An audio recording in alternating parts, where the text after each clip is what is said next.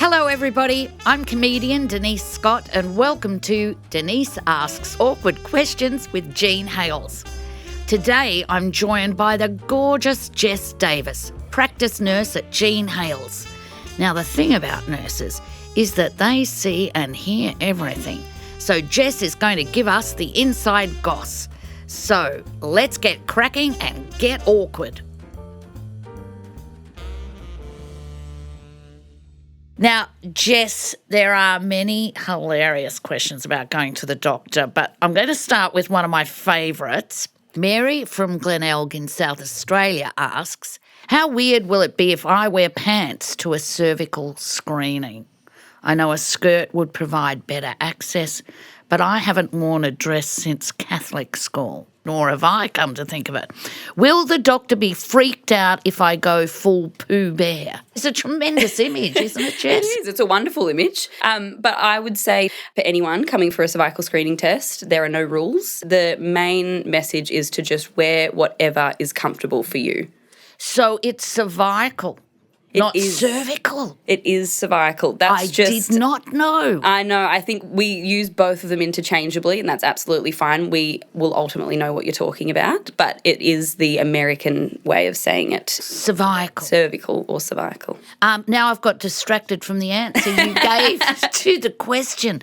So really the end result is the same. When you're going to get undressed, we're going to give you privacy to do that. So whether you're pulling up a skirt or a dress or taking off your pants and your undies, the end result is the same for us, and it's not about making us more comfortable or avoiding freaking us out. It's about you being comfortable. So wear what you would normally wear. So in my case, a little bikini. Absolutely. If it's summer. If that's what you'd head out of the house in normally, then wear your bikini to the clinic. That's fine. Do you ever check out what people are wearing? No, I think you're giving me too much credit. I don't take notice of that many things. I'm there to look at the vulva, talk about our cervix, our uterus, our ovaries, how our menstrual cycle's going, and I'm really not observant enough to be checking out people's outfits, and it would be a bit hypocritical. I can't say my fashion's always on point either. No, and you wouldn't be prepared to say perhaps you need a new pair of underpants. Yeah, exactly. And as an aside, cervix looks great, but maybe it's time you head to an outlet and get yourself a 4-pack of Bonds.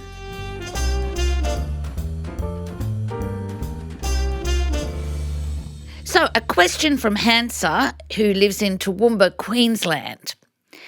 How neat and tidy do I need to be for my cervical screening? Just a quick trim, or do I need the full Brazilian?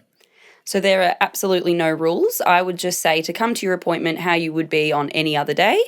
Full pubic hair, that's completely fine. That's natural, so that's a sign of a healthy vulva. But we also know that shaving and waxing is really popular, so there's really not going to be much that can take us by surprise. Anything goes. Absolutely. You know, I had a friend who was the birth partner for her daughter. Mm-hmm. So my friend suggested to her daughter, before giving birth, she have a clean-up down below.